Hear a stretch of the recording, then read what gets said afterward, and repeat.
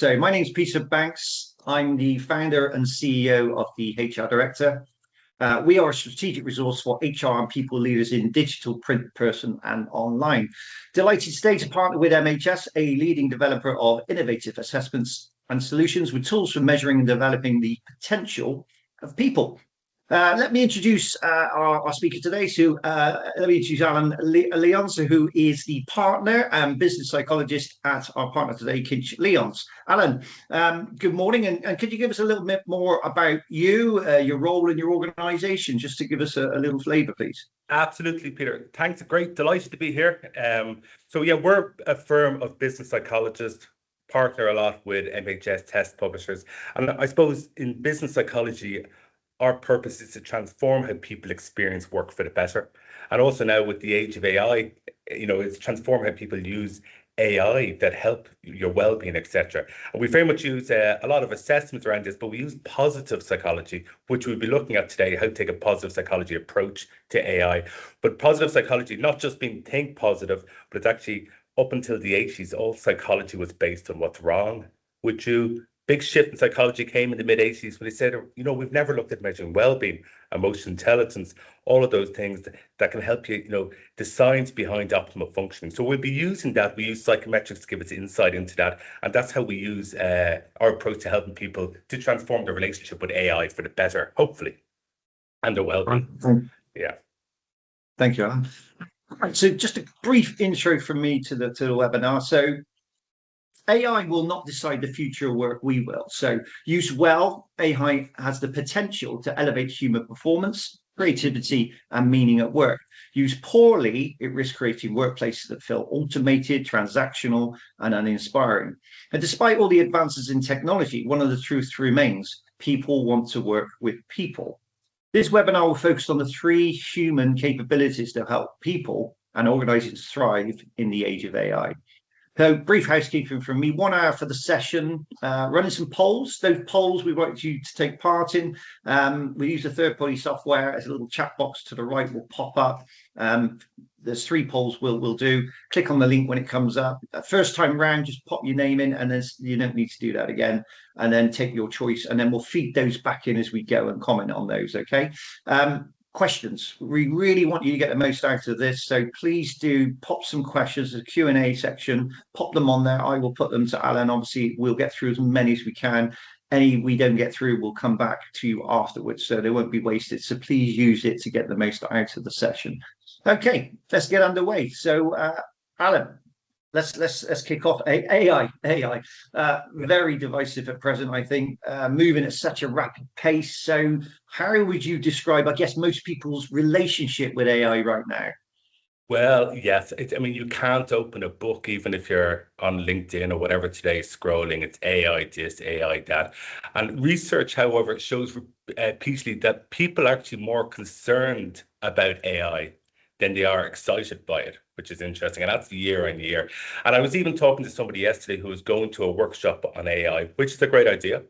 And before, they were very apprehensive, thinking, this is going to be a lot to take in. But even after it, it changed their relationship with it, in terms of how to think about it. But, we all know that even in the day, remember we thought TVs would never catch on, computers would mean we'd never have to work again. So there's always an initial, kind of fear to this thing. And also with all the job losses, if you look at Meta, they were announcing them, etc. So people, they're kind of fearful that actually, not only is AI something they don't understand, could get in the way, but also then it's something that actually could take away my job. And the old adage that it's not AI that's going to take your job, Peter. It's people who know how to use it better. Well, even being aware, and we'll be talking about this, bringing awareness to AI and your relationship with it, that's going to be a piece of gold. But I would say as well, with AI, it's designed, to make you use it, not necessarily to be useful. And if you're just letting it use you, you will feel depleted and overwhelmed. And I'll share some research around that, why that happens to you. Okay, all right. So let's get into our polls, because let's get used to these. So let's run our first poll anyway, just to get us a bit of a flavour. The link will appear on your chat window now, so you should be able to click on it, add your name, and make your choice. So let me run through this first poll for you while you're doing it. So when you think about AI in the workplace, which word best describes how you feel? So is it A, excited, B, curious, C, overwhelmed, or D, concerned, or E, unsure? So just choose the most relevant one for you in terms of, how do you feel about AI? And if everyone can vote now. Alan, so while we're just waiting for those to come in, I guess you're doing this a lot. So what predictions on what will be top there?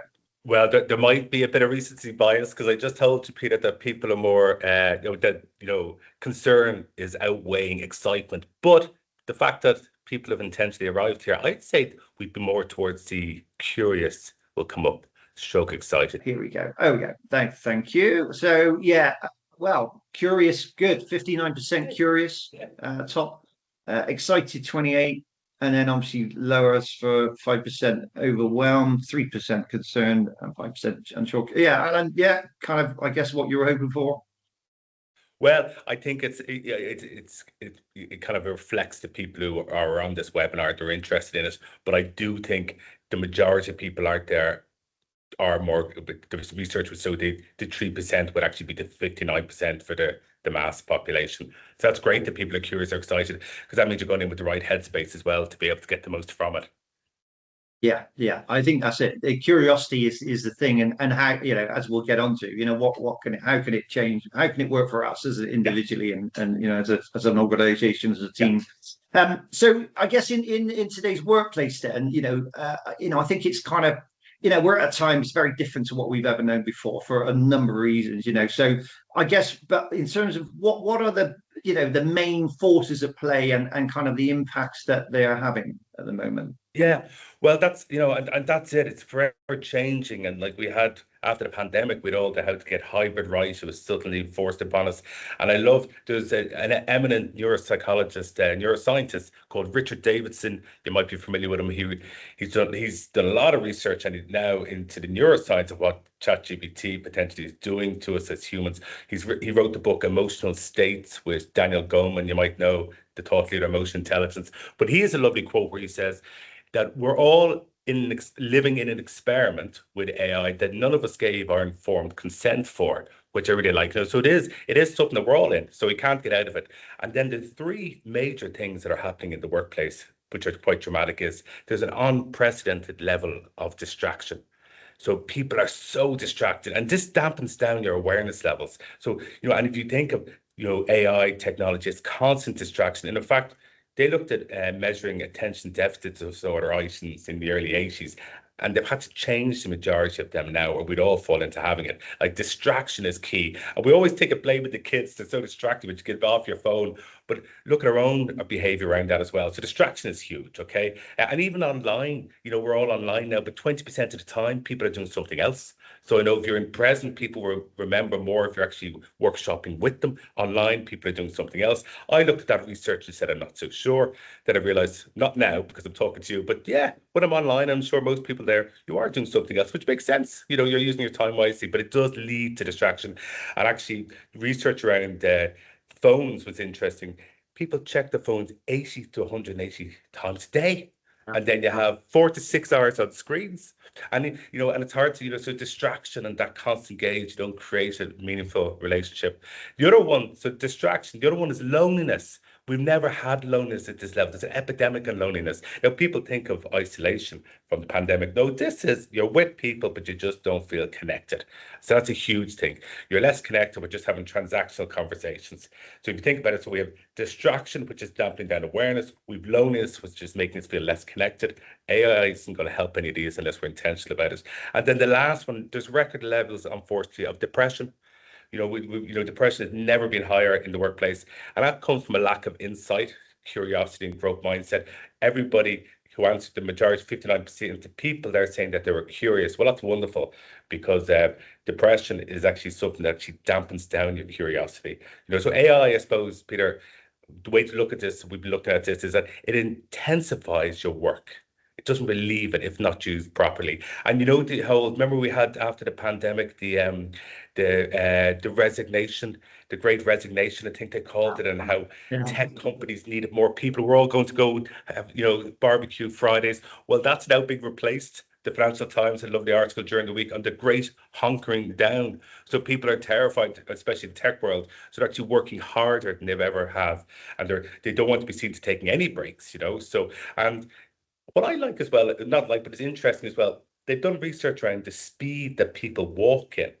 And actually it speeds up during times of kind of change and hunkering down. So people are actually now, they've actually measured them are walking faster now since this than they were previously.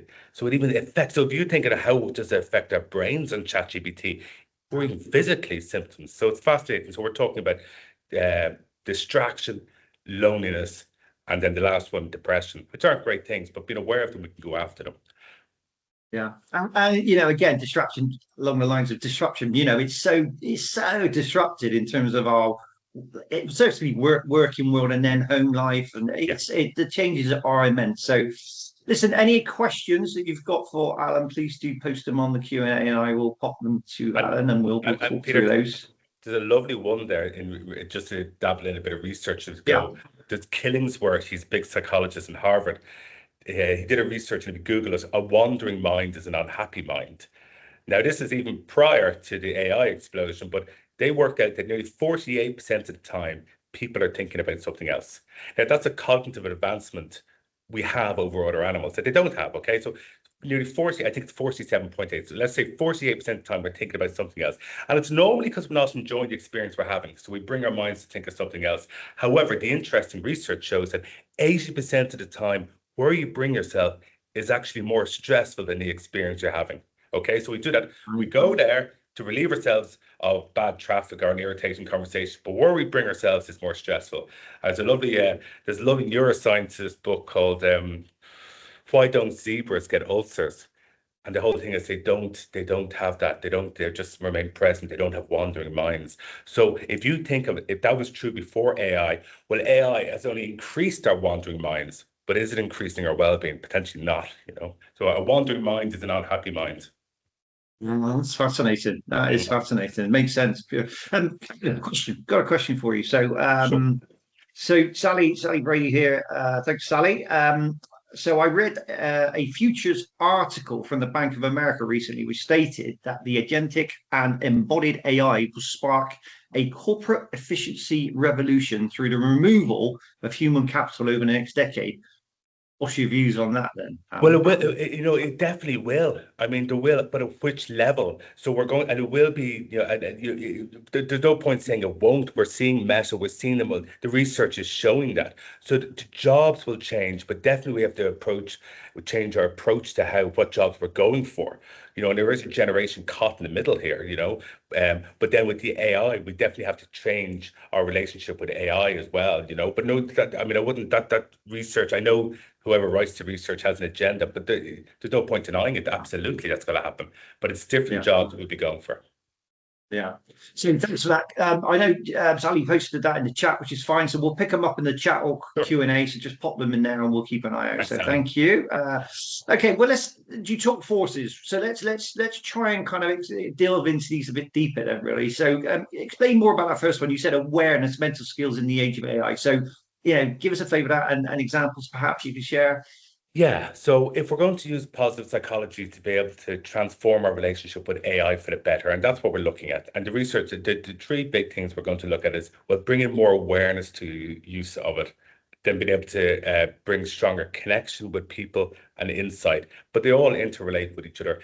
And the first one is around awareness. So even being aware of, you know, when you're grabbing your phone, when you're using ChatGPT, because AI, as I said to you, is designed to make us use it, not to be useful. So think about that. So we've all this, once you go online, all the algorithms, they shape what we see in our phone, how long we look at it, what emotions get amplified. But that is actually sucking, and it's actually damping down our awareness, whereby rather than we use it as a tool to help us, we're being used by it. And then obviously that feeds down to less connection, less insight. So, you know, Carl Rogers, the famous therapist, said change happens where the awareness is. So we're all about developing awareness. Now, we are built for change, but not all change is good. So AI might change us in a bad way if we're not bringing awareness to it. Now, you know, none of this, I suppose, is trying to make us a new, better person. What we're trying to do is create awareness around people so we're all different. It's about becoming enthusiastic in how you approach it, and then being mindful then about how you're engaging with AI rather than just being led by it. Now, with MHS, the test publishers, they have lovely tools, and psychometrics are designed to enhance awareness. And even you could take a change style indicator, which will show you your approach, your change style to AI. And if you're more of a traditionalist, for instance, you might hide away from it, but obviously leaning in to being more of an originator and actually use it a bit more. But if you're only using it and it does all your thinking, that's going to get in your way as well. And there's an interesting one whereby there's a thing called the Flynn effect in psychology, which shows that since the First World War, every generation generally gets cleverer than the previous. So, and they've been measuring it since the First World War. That's how we have the data on it. But the Flynn effect is no more. And a lot of this is down to, like, so you can't say that generations before is going to be naturally clever. And it has happened since the First World War. And a lot of this is down because of the awareness. It's been dampened down.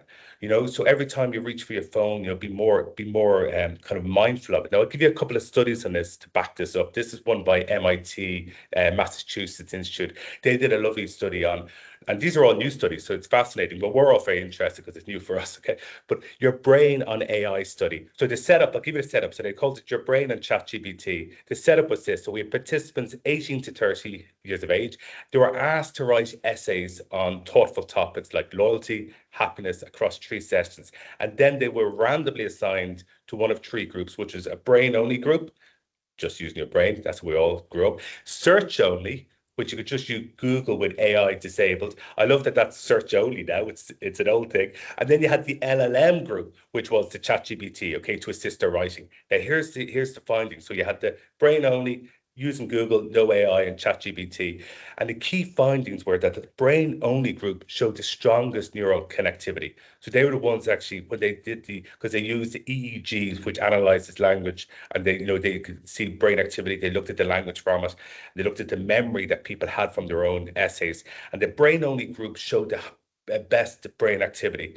Now, the LLM group showed the lowest engagement and reported the least ownership of their essays. And what that meant was the ones who just used ChatGPT, they didn't feel they owned it. And when you asked them later on even about it, they didn't remember it as much. So you can imagine all the kids, well, we say kids, even us in the workplace, students who do all their work and using ChatGPT, because I know I work with lecturers, they find it difficult to know if it's ChatGPT, and often it's very good work. But for those students, yes, you might get your grade, but they're going to have less memory and less ownership. And then obviously they're damping down, they're not using neural pathways, they're not developing the brain as much. And then we're seeing the Flynn effect come into play. So we are naturally aware. So don't outsource that to ChatGPT. Like, it's not that we have to become more aware. We're born with awareness, but AI can dampen that down unless we're aware of it. And another one, interesting one, Peter, just for research, they did an interesting one in Denmark looking at kids, and they got 2 random groups. And the kids who did the research using ChatGPT, but we're not going to get rid of ChatGPT, but they trained the ChatGPT to ask reflective questions using emotional intelligence prompts, like how are you feeling now, you're frustrated. So it got them to kind of, when they were using it, to also, coach them, ask them. And those ones who used it by asking prompts had better retention and memory of what they were studying. So we're not going to get rid of it, but it just came upon us, and it's brilliant, but only if we start to use it with greater awareness, So there's some nice research there, and it's all new as well, Yeah, no, that's fantastic. And again, that it's that kind of laziness, isn't it? You want that brain to get lazy, you want it to keep working, keep thinking, keep owning, And that's exactly it. It's a cognitive laziness is that we're worried about. And it's like the brain, and that's how we connect our brain by actually the right level of challenge. But you're not going to have that by just using ChatGPT. And also, it won't, even though you get a great grade, you won't feel good about it. You feel, so it's no ownership over it. Yeah. Okay, great. Right. Okay. Well, let's talk. So let's go through. So that's the first one. So let's talk about the second force. Then you talked about connection, emotional intelligence in an AI world. So I guess talk about what do you mean here? So what are you getting at? Well, I suppose the connection. So we look at awareness, and then when we're using, especially around positive psychology, connection, compassion, being able to be with people. That's one of it. That's one of the most natural, innate traits a human has. And even Even in psychology, if you look at babies before there's any social learning, they will always go to a caregiver who they feel looks smiling or compassionate, even over somebody who's showing neutral emotion. So we're born to be kind, we're born to be compassionate, but things can dampen that down. So then, yeah, and it's the social intelligence bit, but we have to nourish it. But what's happening now is that people are feeling the loneliness is getting in the way, whereby they don't feel connected to others.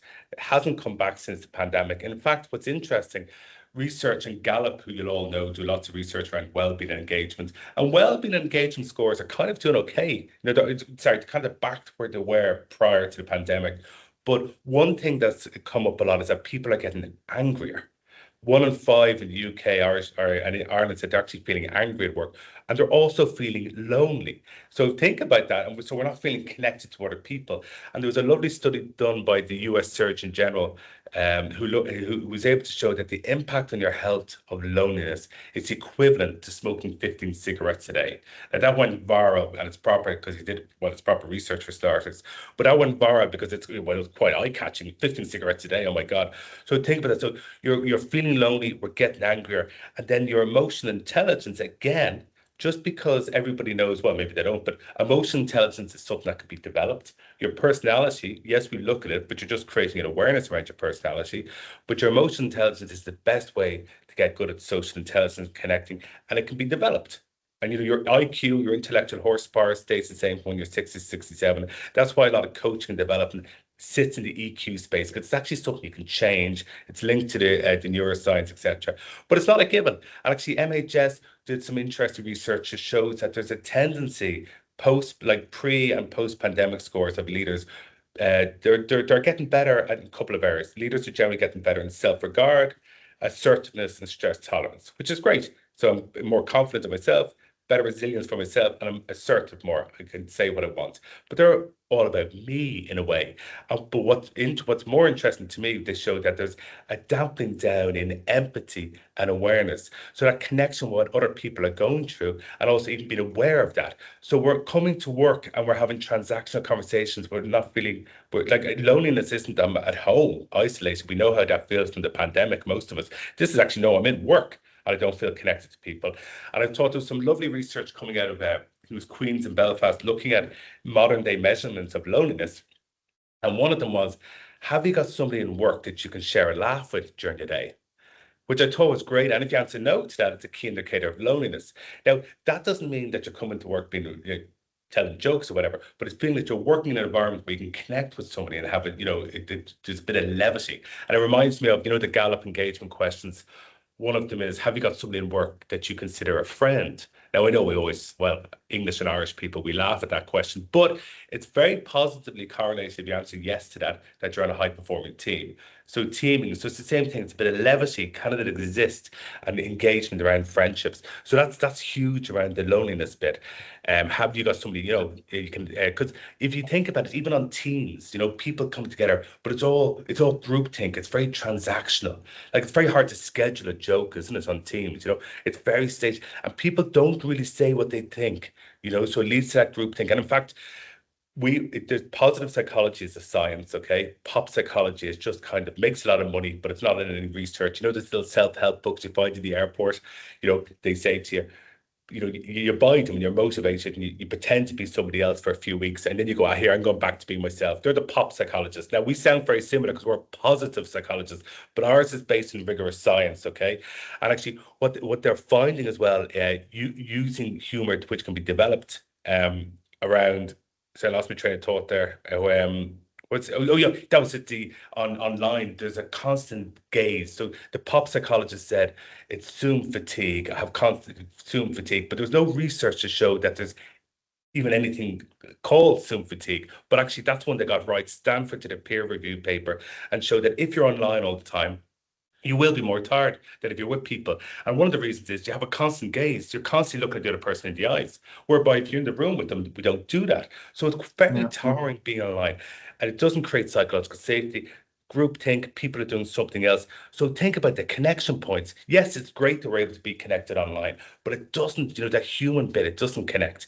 And if I look at some research for you, there was research done, Ramos Huggard, in Harvard Business Review, which shows that you can, by being aware of this, use AI to be a more compassionate person. And this is connection, it's about compassion, it's about feeling good. And some interesting ways to do that. You can tailor, for instance, people who maybe have ADHD, allowing them to use AI to do a bit of brainstorming, whereby normally they wouldn't come into the conversation. So they can use that to help them get them going.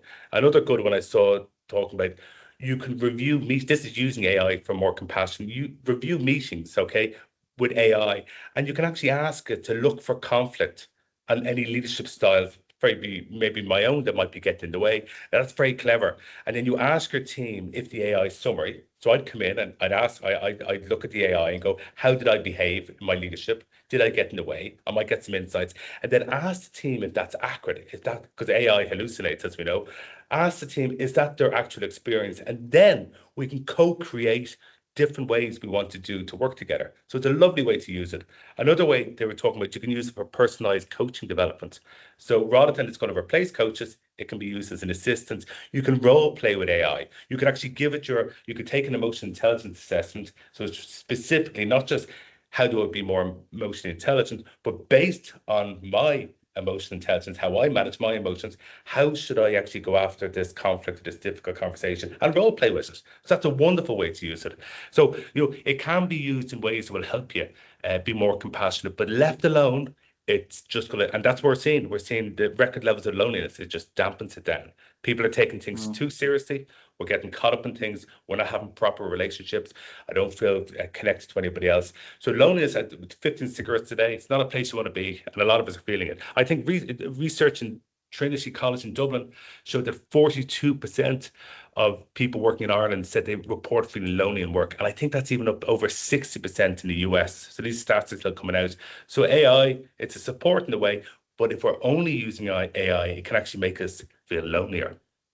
Yeah, thanks. I mean, there's so many things there you spoke about, that are relevant in business, in life nowadays. So, emotional intelligence is one of those things that, and empathy has been, and people think you can't learn it, etc. So that's really interesting, I think. Yeah. Secondly, I think, then you've got the hybrid remote working kind of issues that are going on, and obviously we're playing that into AI as well. So there's so many fascinating elements here, and then AI comes in on top of that. But it's kind of, as all these topics, they kind of broach across every other kind of area. So it's a lot, isn't it, to kind of deal with. And a lot of this research was, look, we knew emotional intelligence was important. In fact, emotional intelligence, like how you use your emotions intelligently, it was looked at, it wasn't a workplace thing. It was actually just seen originally, can people, it was a well-being model, can people operate well in society? But then they saw the links in the workplace. Actually, people who lead better, people who can handle conflict, are also really good at managing their emotions. So that was great, because even if you develop your emotional intelligence in the workplace, it's going to help you in real life. Help you in sport. Like in sport, there's a leadership sport performance metric, which show you have to have a lot of the talent, a lot of that's innate. You have to have the practice, a lot of that's deliberate. But if you're not managing your emotions well, you're unlikely to be able to perform at your ideal state. So it's all developmental, which is wonderful. And psychological safety. Amy Edmondson, great lady who did all the work around that, intelligent failure. Her book won the Financial Times the year before last, best book of the year, which was the first time it's kind of been in this space. But again, she did a lot of her research before the pandemic and before, hybrid. However, it's probably, as she would say, more important to psychological safety now than it was when she did it. Same thing with emotional intelligence. It's been highlighted for a long time now, but it's probably more important now than ever, especially around this connection bit. So it's always been there. It's probably just more important. Yeah.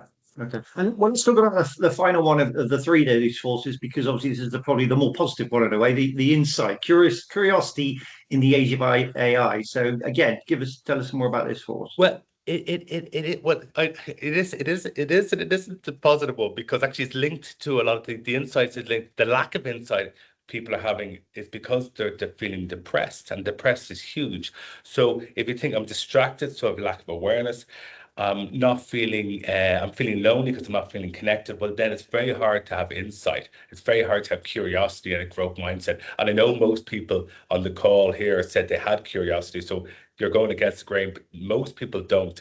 And if we just give you a bit of neuroscience again in this, there's a thing called your default mode network, which is just your resting state. So most people's resting state, when you look up on the bus on the way in or traveling, most people are thinking about something that hasn't gone well in the past, or they're not looking forward to in the future. That's your default mode network. Now, you can even be aware of that, again, awareness, you can come out of that by connecting, you'll come out of that default mode network where you can think more hopeful things. You're thinking more about what you want to happen or what went well in the past. But if you don't do that, you just stick with your default mode network. And then ChatGPT, AI is not going to help that default mode network. It's not going to help your awareness. It's not going to help your connection unless you use it intentionally. So rather than asking, I suppose, and people would think, is AI, and it is a fear, is it ruining our brains? The deeper question really comes around, how are we using it? So we can be more curious and don't outsource ourselves to AI, actually use it as an assistant. And again, that would start by your awareness around it. Well, how do I use it? How do I transform our relationship? How do I use it to be more connected to other? And even I have a couple of notes here in terms of AI. It says it's our relationship to these tools that shapes our mental development, okay? With intention, curiosity, and reflection, AI becomes a better partner, not a replacement. And this is it. So a few practical insights. Well, what's that actually mean? Well, curiosity is key, okay? Be interested not just in what you're doing with AI, but what it's doing to you. And that's a really interesting one. So do you just use AI because it sucks you in with the algorithms and it gets you emotionally? Because they're designed, you see kids on TikTok and all this, they're designed to get them keep using it, keep using it, keep using it. Well, actually bring in, like, why am I using it? What do I want these ones for? Intentionality matters. They're all linked. Pause before using AI. You know, what's the altruistic intent? Again, if you're better at managing your emotions intelligently, you're going to actually be able to pause and actually be more reflective. If not, you should be sucked in by it. Reflect as you go. That's the self-awareness can be supported by AI, especially when guided by the right prompts. And that's that Danish study I was telling you about, where to get rid of that cognitive laziness, as you mentioned, using it to actually prompt you, not just to tell you what you want. Because it is, when you use AI, you type something into it, it will come back and go, Alan, that is an outstanding idea. You know, and you do kind of find yourself go, oh, but even catching that, it's just a machine, telling you what you want to hear. So being aware of that, and it kind of sucks you in, it is quite, so even being aware of that, it can, and especially a younger person. So don't outsource your identity, okay? So use AI to assist your thinking, not to replace your ownership of your ideas. Because if you do that, like the MIT study, it said, yes, you'll get your pass. Yes, you might look good to other people, but innerly, you're not helping your awareness. You won't be feeling good about what you do as well. And then the big one there is be the driver, okay? Allow people often don't be over enthusiastic about it, when it's flashing you, because as I said, there's a subtle addiction to that. You have to think of stay in the driver's seat, know what AI is designed to do, and don't let it define what you are, what you think. And just always remember, and I like this, that AI, all those people working in AI, are trying to get us to use their product, not to be useful for us. And that's the key. But if we bring curiosity to it, and we're more aware, more connected, well, then it's great. It will share great insight. And that's where coaching is wonderful. Coaching conversations allow for greater insight and development. A lot of people in the space in the call here, this is what we do, but it's not a given as well, So, and it will dampen it down, and it does lead to that default mode network. You'll sit there too long. You'll move from what we're looking at positive psychology is flourishing, but you very quickly move from flourishing into a space of what they call languishing. And this is often the forgotten child in mental health. It was made famous by Adam Grant during the pandemic. He wrote an article for the New York Times where he says, yes, we look at flourishing. That's the study of positive psychology. Then we have hopelessness, which is kind of the traditional psychology. But most people would say during the pandemic, it wouldn't be fair to say I was feeling hopeless, but I wasn't feeling like I was flourishing. And he talked about the forgotten middle child, which is languishing. And he called it the psychology of meh. And I had it myself during the pandemic. It just couldn't quite be bothered enough. Well, that will dampen down, your curiosity. That will dampen down insight. So being aware of languishing and get back into flourishing. And how you do that, obviously, by being aware, connecting more, and then using it more intentionally, being the driver, not letting it drive you. Fantastic. Okay, great. Lots to think about there, everyone. So let's run our second poll. Again, the link will be posted in the chat. Hopefully, we've dealt with our techie issues there. So this one is, how often are you currently using AI tools in your work? So is it A, daily, B, a few times a week, C, occasionally, D, rarely, or E, not at all? So please make your choice. Alan, again, what do you Yeah, think it's interesting, Peter. from this one? I would say like that's currently using AI tools. I would say with I've been influenced by the last poll. I'd say a few times a week to daily. But I'm also mindful that we've all been using these, or it's been using us before we even knew that. Like Yeah. Siri and everything. But actually, we're going actually after tools. There's so many of them out there now. So probably, but the whole insight thing would be, well, which ones and why are we using them? But I'm going for a few times a week. What do you think, Yeah. Peter? Yeah, no, I'm similar. I mean, I've always agreed with you. I think on that note, we were all using AI before we even knew we were using AI, and I think that's absolutely true. So, yeah, I think a few times a week at the moment. So, okay, let's see what the results have given us then.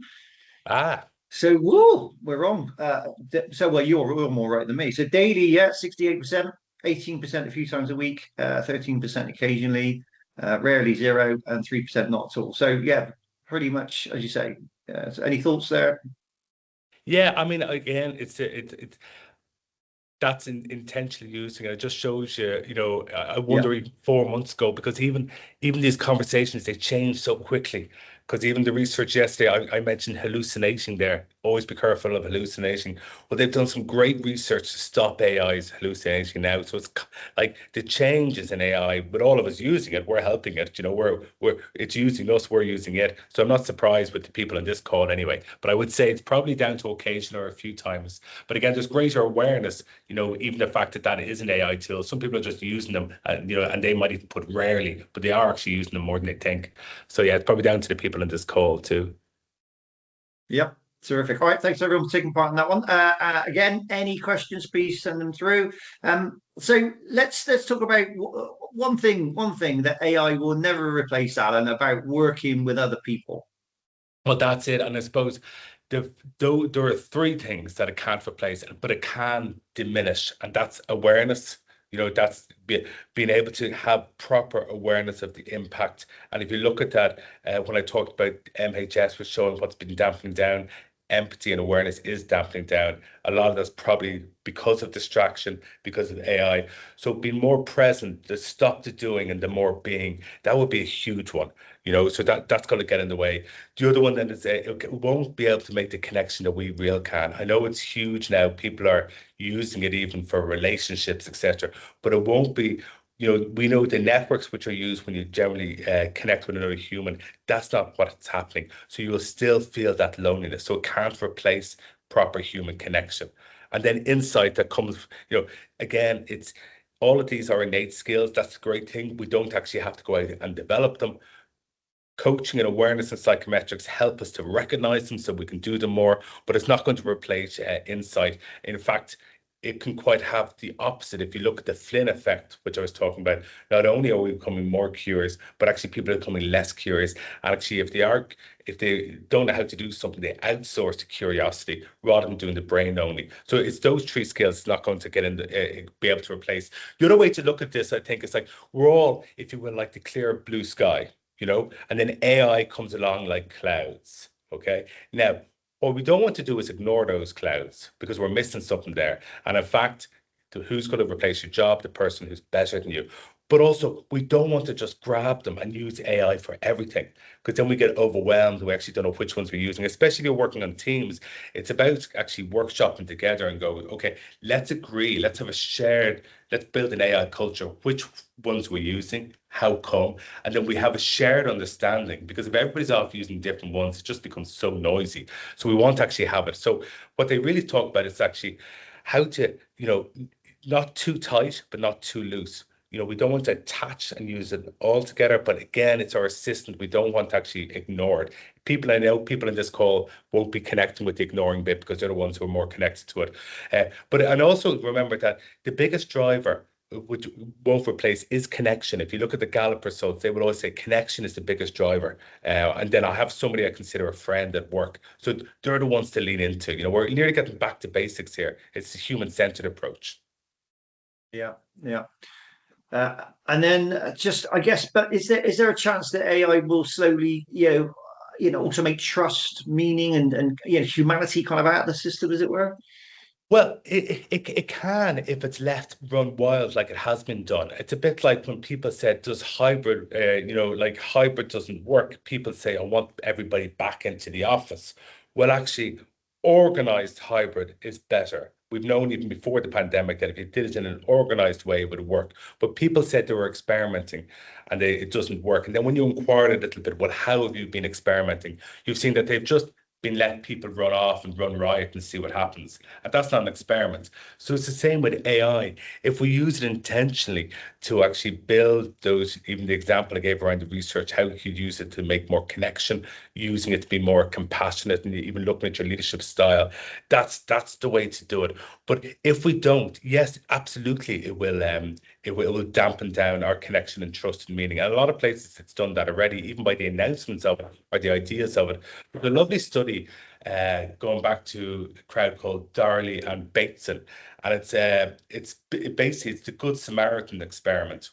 You might be aware, but or how we used to title is "Busyness Kills Your Heart." So what they did was they thought about, are some people just better, because human-centered and compassionate leadership, it's number one now in all the business schools, okay? And obviously emotional intelligence is underlying that.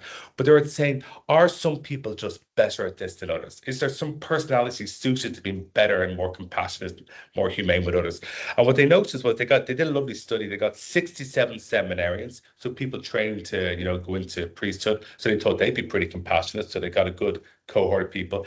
And the experiment went like this. So they split them randomly in half.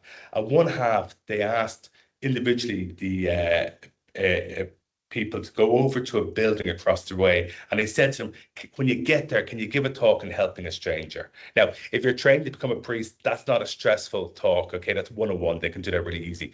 So when they had them, they were sent them across the first cohort. They said to them, you don't have any time, so please get there as quick as possible. When they were halfway over, there was an actor who was a stranger in need, who was clearly asking for help, really looked like they needed help. But all the people who were in the first cohort who thought they had no time did not stop to help the actor, the stranger in need. Why? Because they needed to get into the building to lecture everybody how you always would do that, the Good Samaritan, how you would never not do that. So then the other cohorts, same instruction was given, except they were saying, look, you have a bit of time, but don't dilly-dally. Now, when they went across, all of them stopped to help this stranger in need. So what was going on there? Well, it just showed you, it was just busyness kills your heart. If you don't stop to create awareness around this, if you just jump into it, well, yes, it can automate, as you said, the meaning and trust out of the situation.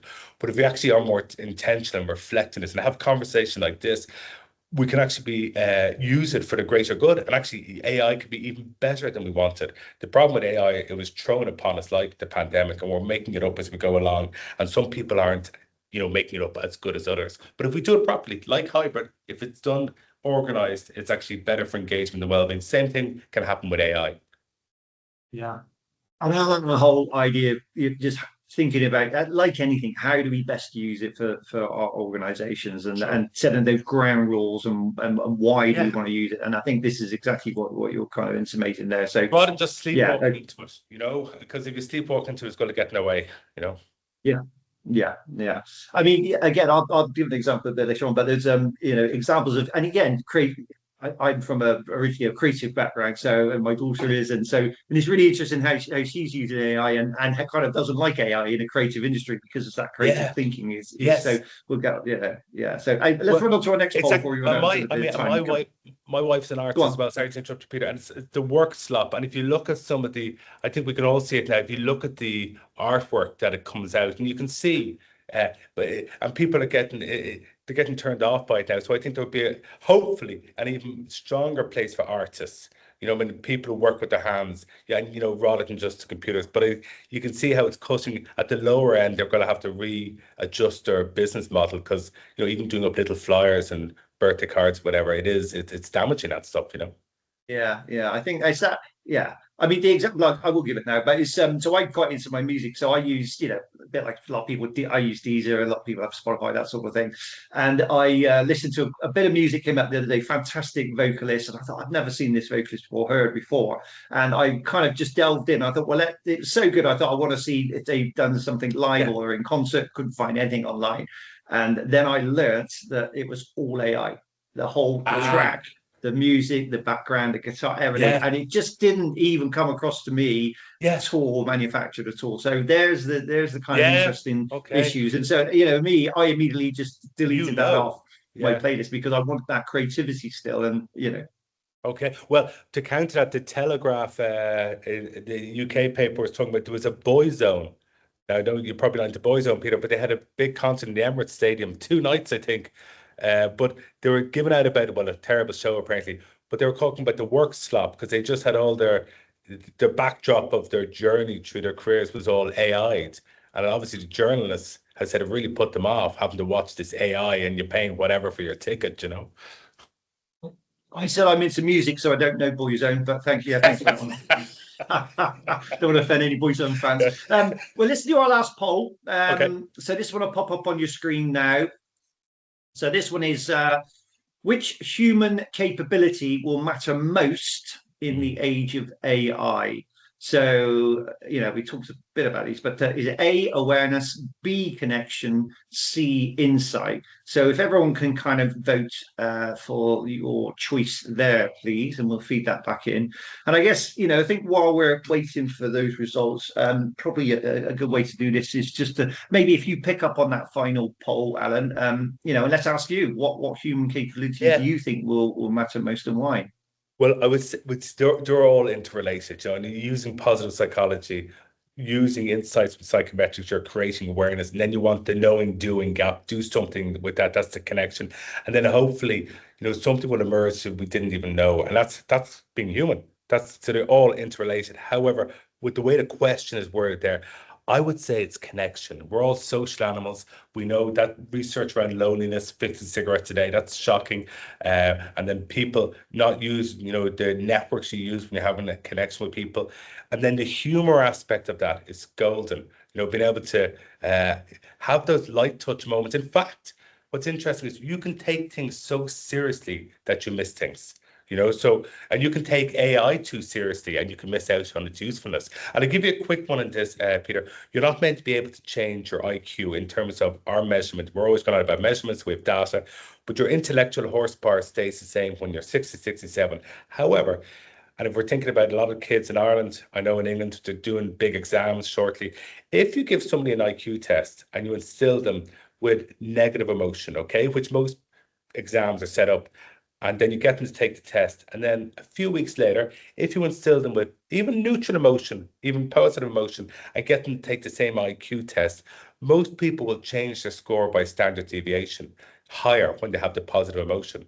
So if you think, and I know that flies in the face of, I thought you said you can't change your IQ, but it just shows you that your real ability comes out when you're feeling connected, good about yourself, with people, insightful. So, you know, that connection bit is huge. You can actually going into the workplace, not being free. Remember the old school control and command workplace, whereby the leader thinks they got respect because people do stuff around here.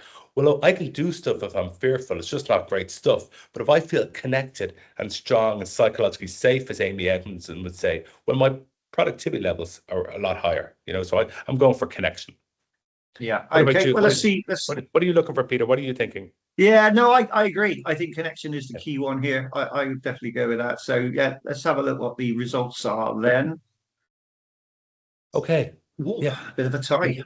Yeah. So yeah, I mean connection and awareness too. And I guess I suppose in this kind of early, it is early stages still, but it's accelerating rapidly. Curiosity, it kind of makes sense about awareness as well. So yeah, thoughts there, Alan? Well, they all feed into each other. So with the greater awareness, that's great. We're going to use it more intentionally, which will make us feel more connected. So we're not going to outsource our thinking, our relationships.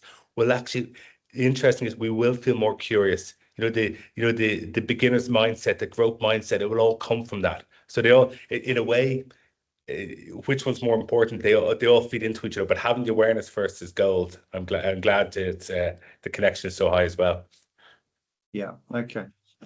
Any other questions? Obviously, not have many questions in. Is there something you kind of you feel like really like to kind of ask and put on the table, or so please do share us with us just before, because we're kind of moving on. We're nearly at the end of this session, so please do that. What might be quite good actually at the moment is, I guess, because we talked a lot about some really good insight into kind of AI and how it should be. So can you kind of wrap up a little bit in terms of a bit of guidance in terms of how organizations can actually, as you told, set the ground rules, and just go and give us just how can companies kind of set this up? And you mentioned workshops, coaching. So what's the best strategy? Well, that's exactly it. So I mean, obviously, getting an AI policy out is important, but not one that it's so restrictive that people can't be creative. And then every team should really get together and then co-create together and experiment, take a growth mindset to it. Which tools should we be using and why? And getting everybody, because you can have HR come in and go, look, here's the ones I want you to use. And that can actually annoy people, even if they're good ones. But actually having the whole team come up with ones that they want to use and how come. And it is an experiment. You might start using one and feel like, actually, this doesn't actually work for us. Let's just dump it, but not having too many. If you can stick to 2 to 3 that we all agree that will make the most difference, because then we're having shared language and understanding. Because if not, if there's too, and that's where the noise comes in. It was Daniel Kahneman, Thinking Fast, Thinking Slow. His latest book before he passed away last year was Noise. And, he said the amount of noise in organizations, people don't know if they're focusing on the most important things. The same with AI. There's so much noise and there's so many companies who are saying, I'm better than you, etc. But a co-create works, and that's a lovely conversation to have even. And how are we using it? Where will we use it as a team, rather than actually going, I'm using you. So bring it, like we talk about, the action is in the interaction, it's in the conversation. So bring it in a workshop, but less, 2 to 3 max. Use them, see if they're making a difference, and dump them. Go on to something else. But if we're all just using different ones, we're all just, and we haven't this, there's no purpose to them. They're just kind of, they've emotionally connected with us because of our lack of awareness. That gets in the way. So yes, have an AI policy, but then how do we each collectively as a team co-create? And actually, people are more likely to engage. It's a bit like values. Yourself, Peter, every company says they have values. And when you say to them, well, what are they? Nobody knows. And they say, let's go on the website or go down to reception. But the ones who know what they are were the ones that are involved in co-creating them. So it's the same thing with AI. Get the team involved, they'll have skin in the game. And actually, that's also linked to Amy Edmondson's work around psychological safety. She did the work in Google, Project Aristotle. The best teams co-created how they wanted to work together. Because again, well-intentioned HR can come in and go, this is how you're going to run as a team. Good stuff. It's normally from the latest Harvard Business Review. But if we haven't been involved in that, it's just, we forget about it very quickly. Even if you look at the study around learning using ChatGPT, it's the same thing. Get everybody involved in the conversation. And the growth mindset is great because there is nobody who knows all of this. It's like leadership. Nobody knows everything. So that's a great thing, and all we're trying to do is create awareness around this so we can be more enthusiastic about how we're using it and connect and insight. That's the clever way. Bring a human-centered approach to it, and take a light touch, take a bit of humor to it as well. That will help you. We've got a few questions then, just to wrap up, which is great. So thank you, everyone. So let's just work through these. So Saki's asked, you've identified 3 significant AI-related impacts: distraction, loneliness, and depression. Yet in performance-driven business cultures, organizations are not always incentivized to support employees through these challenges. So where should the responsibility sit between businesses, leaders, and individuals when it comes to managing the human impact of AI at work? Yeah, well, look, when you come to this space, and it's everybody always wants to change, other people are getting to do things differently. And the reality is the only person you can work on here is yourself. So by actually individually working on these areas, you will influence other people. But if you're waiting for other people to go after these, as you said, go after distraction, go after well-being, depending on the situation they're in, or loneliness, you could be sitting back for a long time, So we all know what it's like when they come in with the well-being and tell everybody just to do meditation all day, as if that's going to fix everything. I wouldn't be waiting or holding back. By practicing greater awareness and connection inside yourself, you'll fix yourself first. I wouldn't be, but now if you have better influence in agency, obviously sharing the research around this and the impact it has is wonderful. But depending on what level you're at, the level of agency would be different than influence, obviously. But don't wait for, I got it, I don't know if I'm picking it up correct, but don't wait for the organization to go after this stuff. And it won't just help you in the workplace. Obviously, it's linked to higher performance and well-being. It will help you in all aspects, It's using positive psychology, essentially. Yeah. Yeah. No one here from Lisa. So thank you, Lisa. If loneliness is already one of the biggest risks to well-being and performance, should leaders be measuring and managing connection with the same rigor? Hang on. Same rigor they're currently measuring AI adoption and productivity. I love that. And there's a lot of research around that. And I suppose I'd say if you look at all engagement surveys, it would be in there, but there'll be direct links with there. So absolutely, I love that idea. And you'll see the correlations as well with AI adoption and connection, using them together, rather than just absolutely dampening down the connection. Yeah. Okay. Good. You don't want to outsource your connection to AI, but I think that's a great idea. Yeah, absolutely. Yeah, great. And one from Richard. Thank you, Richard. So you're pointing to a culture of curiosity and psychological safety for AI use to flourish. What other cultural elements do you see as key to cultivate AI engagement? Well, I suppose like in any culture, it has to be leader-led. So getting the leader's influence here, and it's a bit like the question you asked me there, Peter. How would you set it up? So leader-led, but then getting everybody involved. Getting their feedback, especially because it's so new. If it's you don't want the lone genius where the leader says we're going to do it, but also we don't want the opinion poll where we just go after everything. We need to actually have some shared understanding of what the adoption looks like for the organization, but then everybody involved in that. So that's the cultural thing. So it has to be leader-led as well, it's the AI adoption thing as well. Okay. And another one here, so from Rachel. So very insightful session. Thank you, Rachel. So any tips on how to help employees communicate with AI to help with awareness and coaching? Yeah, AI, if you're coaching people to build awareness, it's lovely. You can literally use as I was talking about earlier for compassion and connection, use the AI transcripts from a meeting and actually ask it to analyze how you got on based on what you're trying to cover in your coaching. That's a lovely real time. So not just when you meet the coach, but you'll have development areas from the coach, and then you can ask the AI to watch out, and actually even ask the AI not to give you feedback on when it sees you not doing the behaviors you're trying to do, but make it a progress detective. Get the AI to catch you when you do use the new behaviors. So say I'm not speaking enough in meetings or whatever, don't tell me you didn't speak again. Get it catching me doing the right thing, and I'm much more likely to repeat that behavior. And there's loads of different ways you can, as I was saying earlier, you can put your own results into it, ask it to analyze how you're going to give feedback, or even if you're a coach, put your own reflective practice, put your own profiles in and ask it how you should best approach different and in supervision, etc. So that's where it can be really insightful, but don't get it to do the work. You're prompting it, you're telling it what you want, because it will just give you a load of noise otherwise, and it mightn't be actually what you need, but you'll think it is because it's very seductive and it's written very confidently. So make sure that you know what you want before going into it. Okay, and we have a couple more. So Sandra, thank you, Sandra. What practical steps can leaders take to create psychological safety so employees feel comfortable experimenting with AI even when mistakes happen?